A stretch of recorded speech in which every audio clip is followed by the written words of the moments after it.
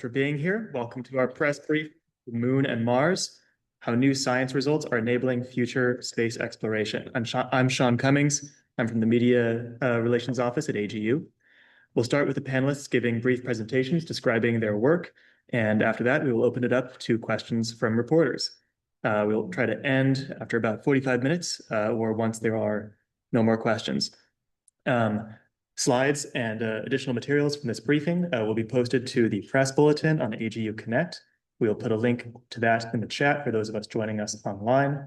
This event is being recorded, and the recording will also be posted to AGU's YouTube channel and linked to in the press bulletin as well. So with that, I will turn it over to our panelists. Hello, my name is Willow Reed. I'm a senior communications specialist at the Laboratory for Atmospheric and Space Physics. And I'm excited to bring our panelists here today. We'll do brief introductions and then we'll get right into the presentation. So our panelists today are Dr. Bethany Ellman, who's the director of the Laboratory for Atmospheric and Space Physics, also known as LASP, at the University of Colorado Boulder, where she also holds a professorship. Dr. Xu Wang is a research scientist at the Impact Lab, part of LASP. Dr. Jared Espley, the chief of the Planetary Magnetometers Lab at the NASA Goddard Space Flight Center. Dr. Gina DiBraccio, the acting director of the NASA Solar System Exploration Division and deputy director of the Heliophysics Science Division, also at NASA Goddard Space Flight Center. And Dr. Shannon Curry, professor at University of Colorado Boulder and the principal investigator of MAVEN mission. So with that, I will hand it to Bethany. Yeah, so delighted to be here at this roundtable today to talk about what is really a hot topic right now, which is the moon and Mars and how some of the new science results from our current missions are contributing to enabling a better future for our astronauts exploring these bodies. So we'll talk about some of those current results as well as the future possibilities. So if we go to the next slide, beyond my title. And, the moon and Mars are both destinations where we really can pursue those big scientific questions. The question, are we alone in the universe? We heard earlier this year on how there are rocks on Mars and ice is on Mars. That can help us answer that question. What is it that makes a habitable planet in the first place? Why do some evolve into these wonderful bodies with atmospheres and others airless terrestrial planets? Moon and Mars hold the key here in their geologic records because they have long records of formation and planetary evolution, much longer records, in fact, than we have here on Earth. So it acts as a window in the solar system and a window to the early evolution of planets that is truly special. And what's important is that humans enable rapid progress on this topic. And so it's not really a question of robotic exploration or human exploration. It's it's robotic and human exploration and how we do these best together. So if we go to the next slide,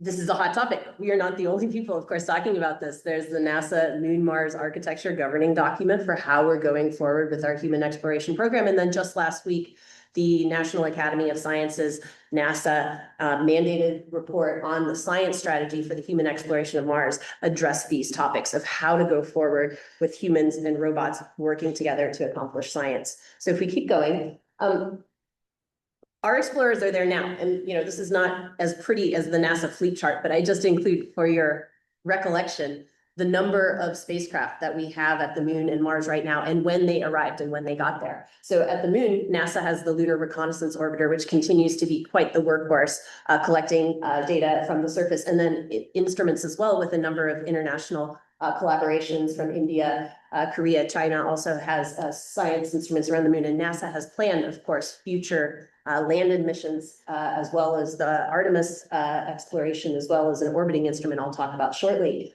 Operating on Mars, of course, there's a flotilla of spacecraft and rovers on the surface, both from NASA and other entities. But you can see from some of the dates on some of these missions, many of them are in extended missions. So we're really at a crossroads right now of how the human and robotic exploration programs are going to work together in the 2020s to do the best things to advance science and national goals. So if we keep going, what we are gonna, because of the power that human explorers have to advance the science questions, there are a number of things that are being done such as looking at landing sites and looking at the exact zones for exploration, prepping analytical equipment, procedures for sampling, thinking about how humans and robots work together on the surface. That was one of the things highlighted by the National Academy's report. These are all great things to prepare for how humans do science. What we're going to be focusing on today is the second item, which is performing science now that supports humans, that makes human exploration better, that makes it safer,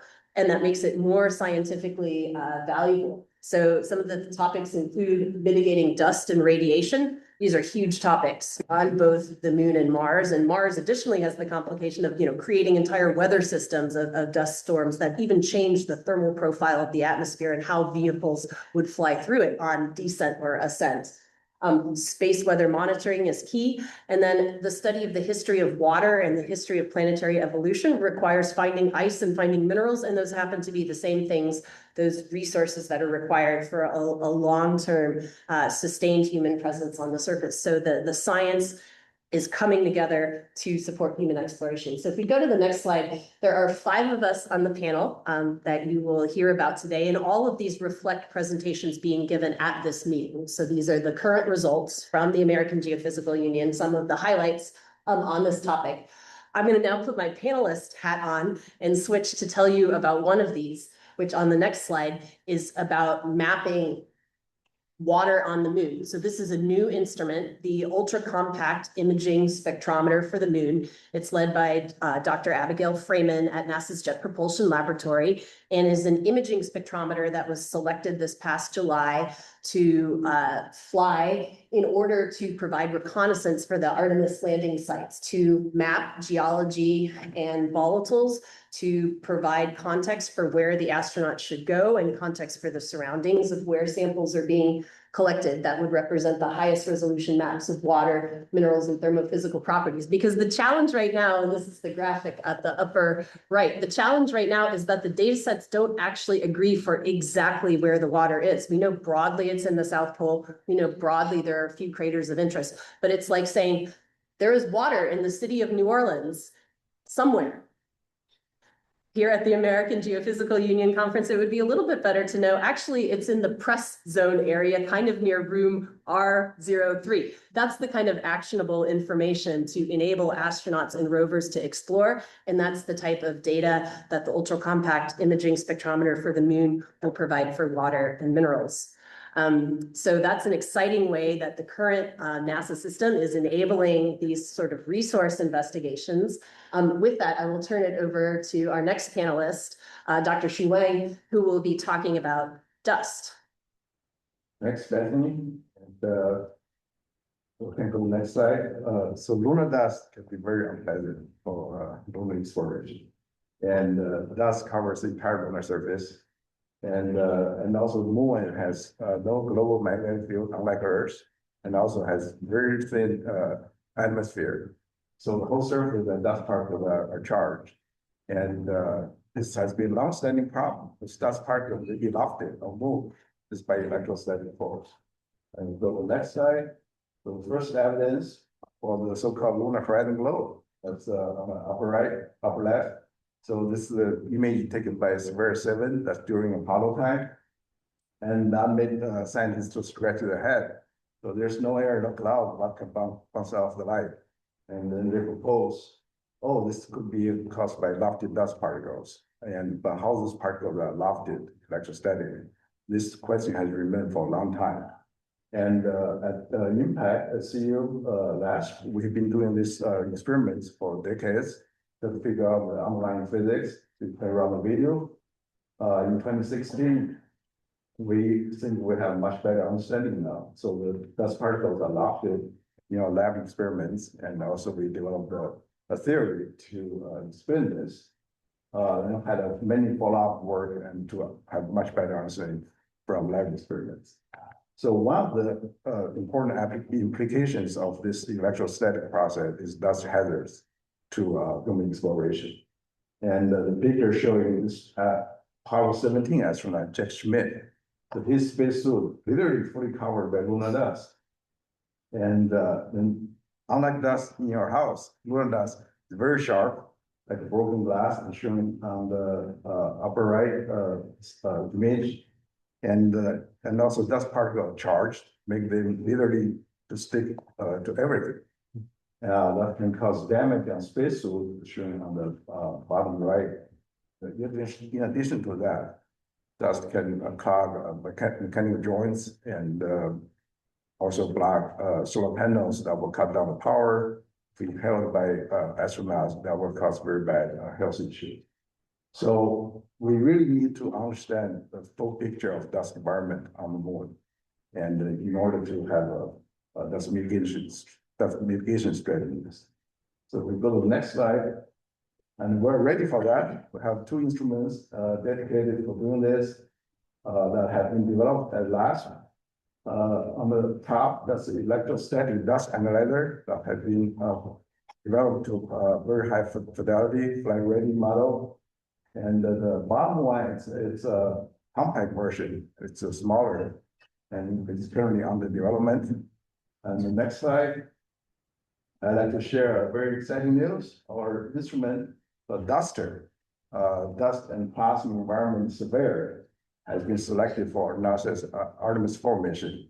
So we will have a full picture of dust and plasma environment near the landing site of Artemis 4 in the South Polar region. So that will help us to assess this hazard and find the mitigation strategies for long-term presence on the moon. This time is big difference from the power plant. In the end, I will share a fun movie, and we have a solution now to how to mitigate that. This is a lunar surface is probably on a space suit sample, and we turn the electron beam, and you can see it does it's gone. And we hope this can help future, long-term exploration. Thank you. And now we'll pass over to Gina to talk about space weather tool. Sounds good, thanks. Next slide.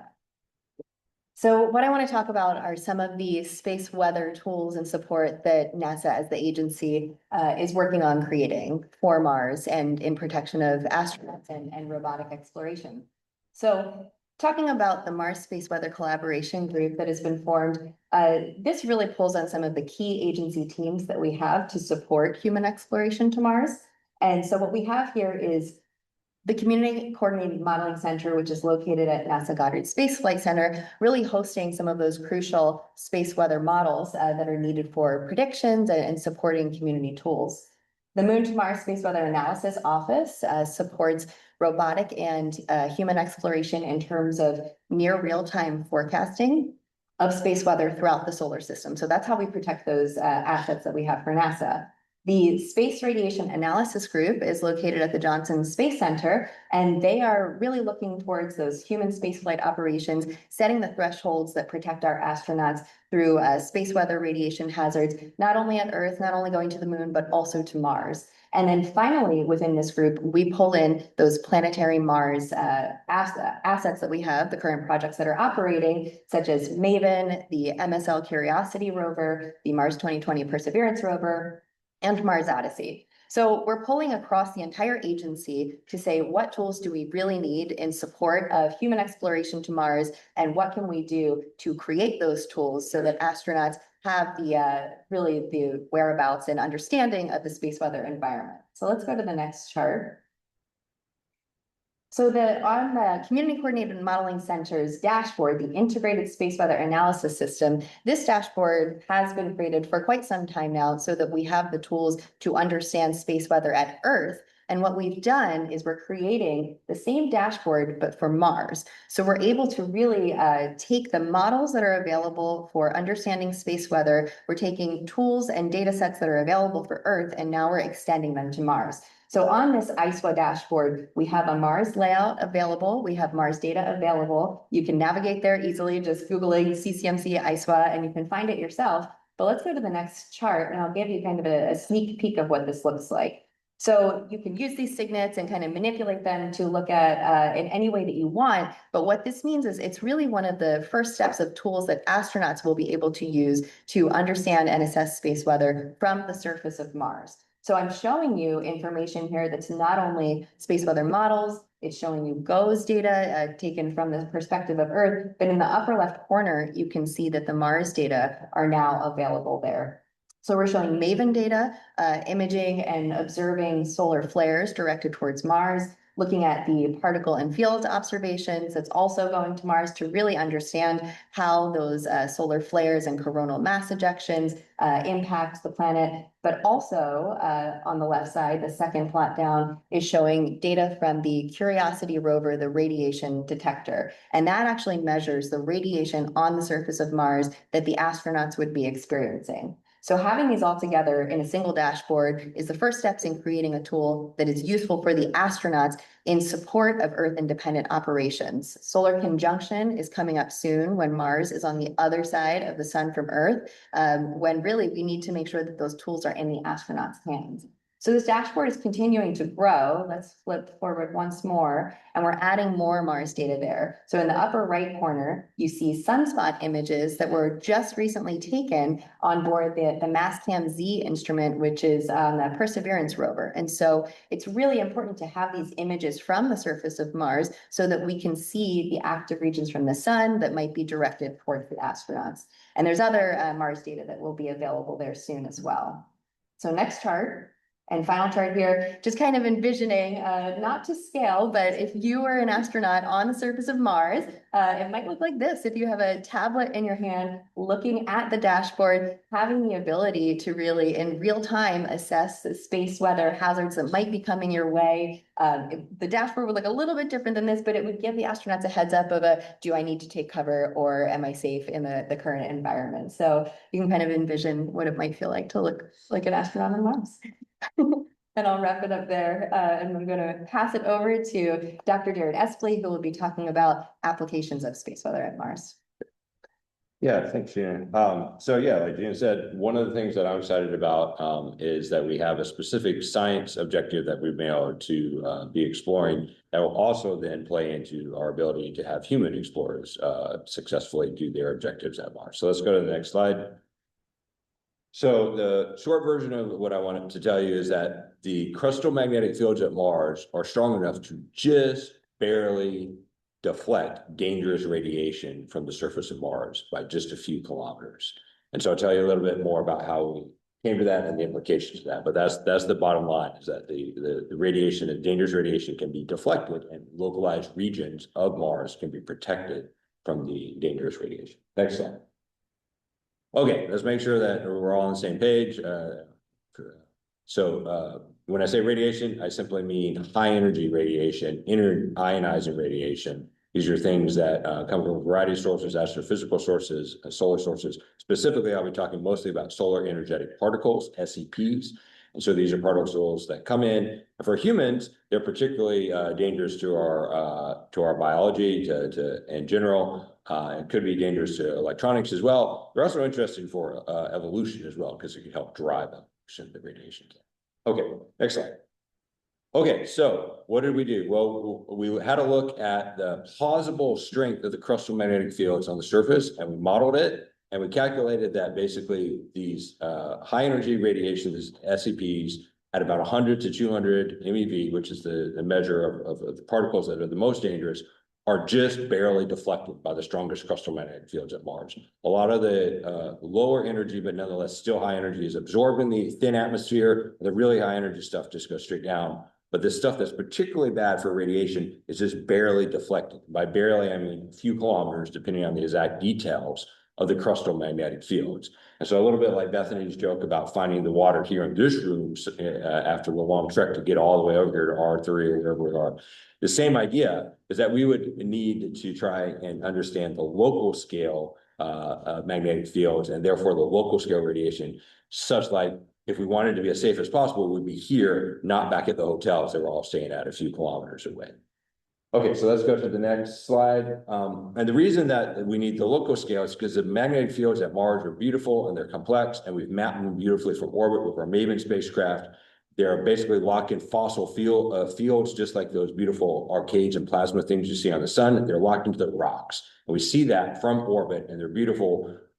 But the scale that we can get from orbit is about 40 kilometers, which is bigger than the actual what we're looking at. So to understand this at the detail level, we need to get to the surface and make surveys. So let's go to the next slide.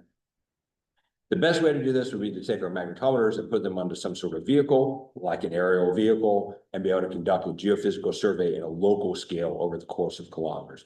That's what we're interested in doing, and trying to get our magnetometers. We're getting our magnetometers as light, as small as possible, even lighter and smaller than they already are, so that we can do that survey and someday be able to talk about the radiation environment on the surface of Mars. So last slide. Basically, I just wanted to reiterate again that we have this possibility of having the protected zones, mini magnetospheres, locally protected. And in the course of doing this type of survey, there's other things we can do, like finding lava tubes, which I'll be delighted to talk to you off someday. All right, thanks. Oh, yeah, pass it over to, I'm so sorry. Pass it over to Shannon, Dr. Shannon Curry, to tell you about how we make all these wonderful observations. Thank you so much. So if we go to the next slide, so many of you got to see, hopefully what this video can play, but space weather of Mars, there are all these beautiful examples of how the science we're doing, especially when we're measuring that space weather, can actually start to enable space exploration. So when we talk about space weather, we're often talking about things like flares, coronal mass ejections, also the aurora that are caused by those solar energetic particles, and then those GCRs. That is generally what gets wrapped up into the space weather discussion.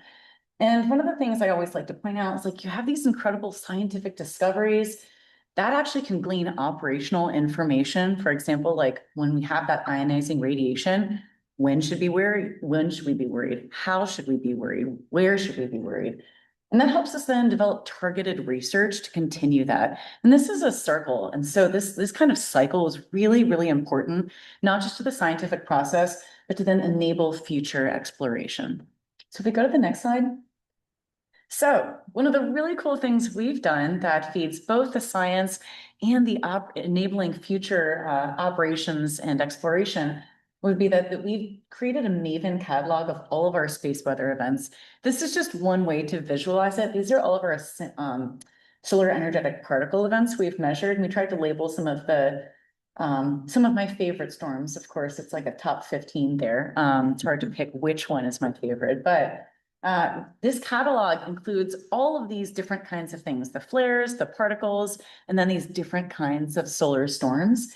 And that's going to allow scientists and our entire Maven team to then quantify the radiation dosages in orbit throughout a solar cycle. Many of you know that a solar cycle is when you go from a quiet sun to an active sun with much more of these events. You can see here at the bottom, beginning in around like September of 2022, we really ramp up. You can see it's much quieter there in that very middle panel because that's solar minimum. But as you go to solar maximum, you get more and more events. And this really informs over a full solar cycle what we can expect to see and when we can expect to see it. And we can also really add to all of the incredible work some of the other Martian assets have done, like the Curiosity rad detector, to understand, especially when we think about humans and the crews to Mars, what kind of radiation are we going to be seeing on the way there? And so this study is really, really pivotal in having a full solar cycle worth of measurements to compare against. If you go to the next slide, we already have seen this actually. So I'm going to switch hats since I'm the PI of Maven, but I'm also the project scientist of Escapade. And so Escapade is a twin-sat simplex mission going to Mars. It launched this past November from Cape Canaveral on the New Glenn 2. And it's a really beautiful example of that academic, commercial, and NASA partnership. And so the launch went beautifully. You should watch the video if you haven't gotten a chance to. But one of the really, I thought, academically cool things we got to do, well, I think New Glenn was slightly, the New Glenn 2 folks weren't as excited about delaying a launch because of a solar storm. In terms of somebody who studies this for a living, we actually when we got word that this major solar storm was coming, we started trying to look at operationally, would it affect us? And the answer was yes. And we had an incredible response from the community, from the entire space weather community. We had NASA, we had NOAA, we had all the folks that needed to be involved immediately band together. We were talking all night long to discuss, is it safe to go? And the answer was it was not. And so we actually scrubbed one of our launch attempts because of space weather. And so this was, and then we launched successfully the following day. This is a really great example of how what we've often just been studying for so long really came into play. And I think space weather saved the day. So we were really excited to see that. And this was, by the way, when we first told them that this was a big storm, everybody sort of raised an eyebrow, but there were aurora down in Florida. So that helps drive the point home that this was a big one, and that all of these years of incredible research were really paying off to make sure that we could deliver a safe launch. So if you go to the final slide, these are just some of I'm going to say them even press releases and web releases and science highlights. But all of these are really exciting ways I'm happy to talk about all of them at length.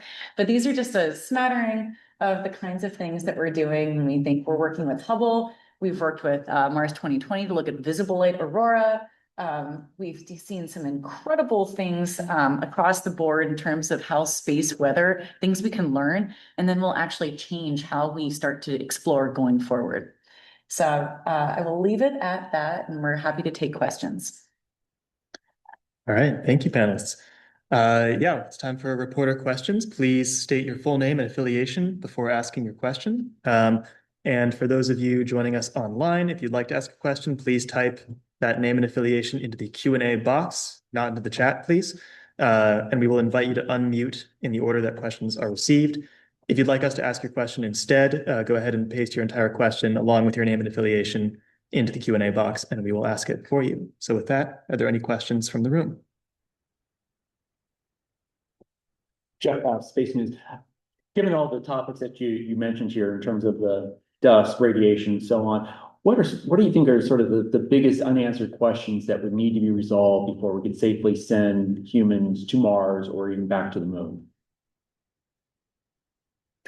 So I can at least offer from some of the radiation and space weather perspectives. There's data that's available that we can investigate, but what we need to do from the science part of it and turn it into applications for human exploration is understand questions such as how does the ionosphere, the charged upper atmosphere of Mars, really respond in terms of communication and navigation? That's really pivotal in terms of we understand that at Earth, but if we're setting up comm systems at Mars, we want to understand if there's periods of blackouts, for instance, so that we can maintain constant communication. So I know that we have teams that are working really hard on that. That's one topic. I don't know if anyone would like to contribute others. Yeah, if we stay at Mars for a moment, I think also, continuing to understand the atmospheric profile of Mars, including the upper atmosphere, the ionosphere behavior. We also know that the thermal profile and density of the Mars atmosphere changes a great deal seasonally. It changes in response to dust storms as well. The ability to predict that and understand that, to then understand how, ascent and descent would work on rockets is important. Hopefully you have a chance to test that with a ascent on Mars sample return, like to get a full profile, of the Martian atmosphere and an ascent. So I think a robustness to the dynamic weather of Mars and dust is important. And I think for both the moon and Mars, just an increased awareness of what's on the surface and the surface properties. So I talked about the value of being able to have science targets that where they are to like a tens of meters scale. That makes exploration safer, that makes it more efficient, that makes it higher science return to have that tens of meter scale of knowing where your science is. I also think there's a piece of it of also understanding the thermophysical properties of what it is you're landing on, taking off from, driving over, as we contemplate going into these terrains that are more volatile rich and going into terrains on the moon or on Mars that have like these ice regolith mixtures. We need to think about different, like how those surfaces are responding to vehicles or astronaut boot prints. Because when the volatiles sublime, they end up a little bit fluffier.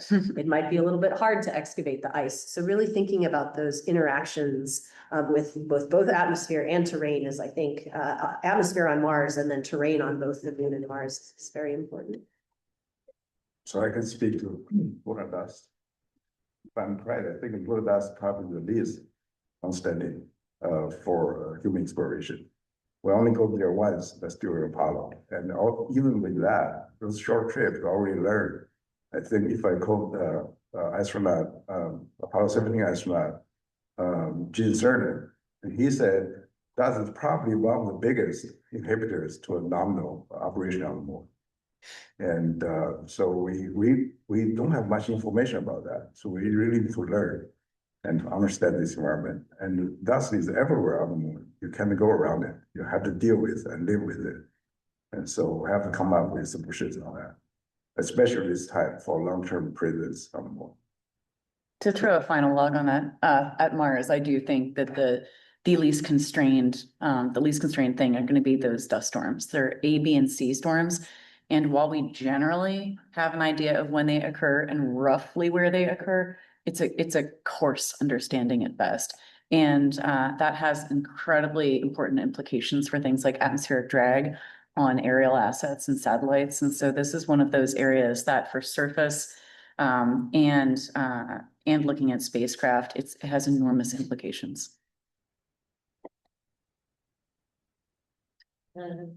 I just follow up on that. Hi, Alex with you with Nature. Can we just kind of stay on that human exploration point for a bit, especially when it comes to Artemis 2, which is coming up real soon? I wanted to actually ask Dr. Caraccio if you could maybe start by like just tying together the threads of what you're speaking about here with explicitly like what you all are going to be doing on like launch day and like day after launch, and just can you just take us through a little bit connecting to the upcoming Artemis 2? Yeah, oh, that's a great question. Thank you.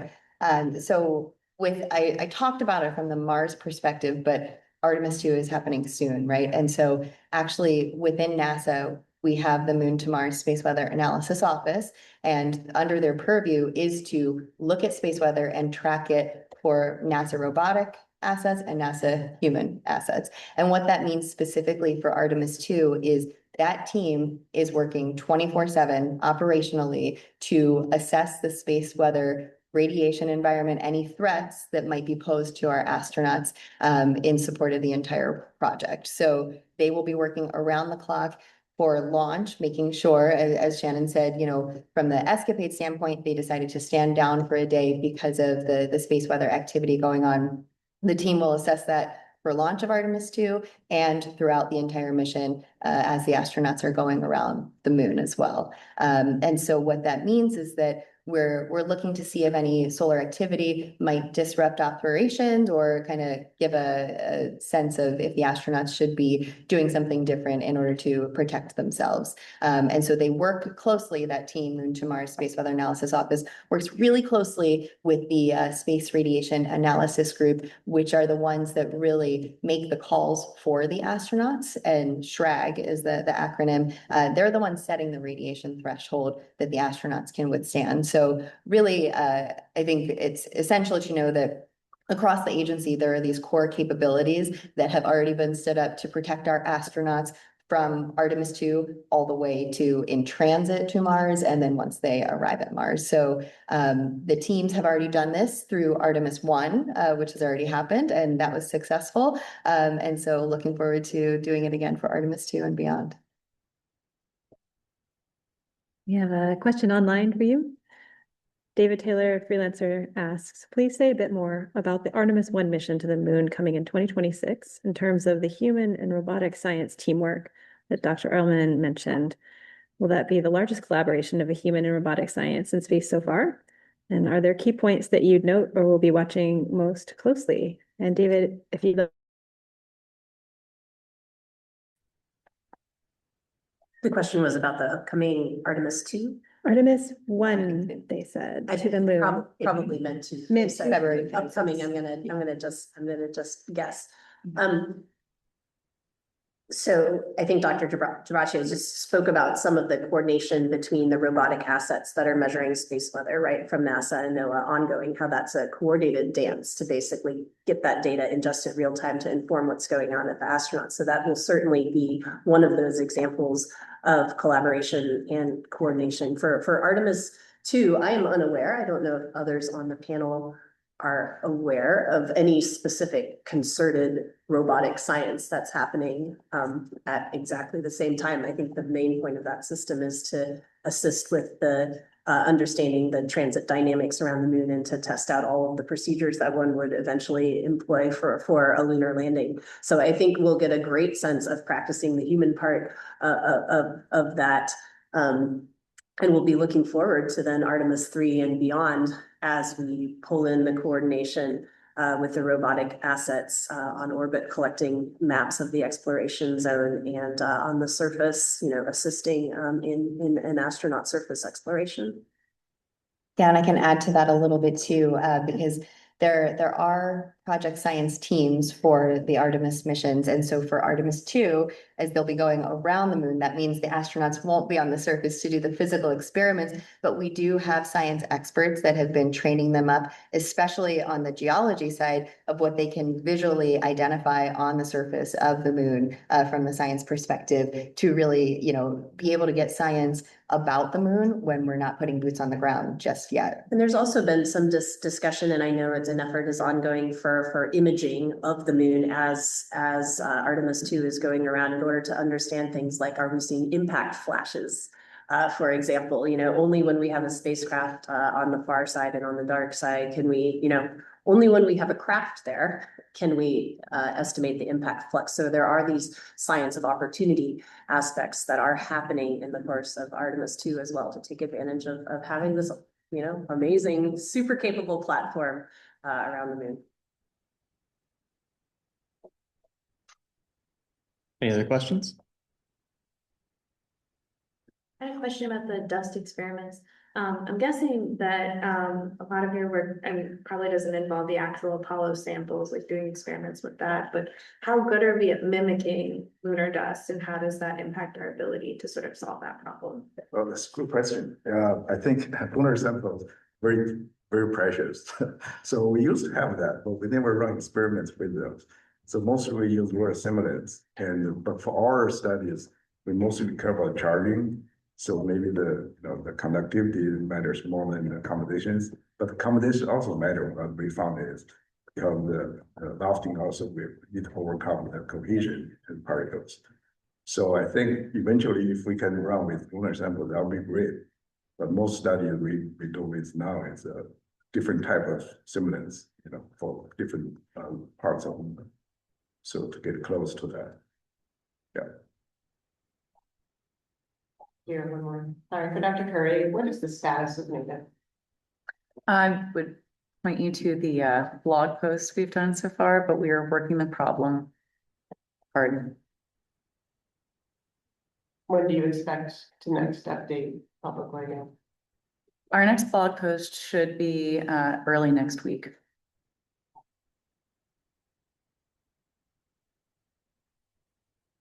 Any other questions from the room? No more online? No more online? Okay. Thank you, everyone. Thank you to the panelists. That will wrap up this press briefing. We have a couple more coming up in this same room today. At 1 p.m., we will have a press briefing here about the worldwide acceleration of sea level rise. And then again at 2 p.m., a media availability about what NASA's Juno mission has revealed about Europa's ice shell. Thanks, Thank everyone. you. Thank you.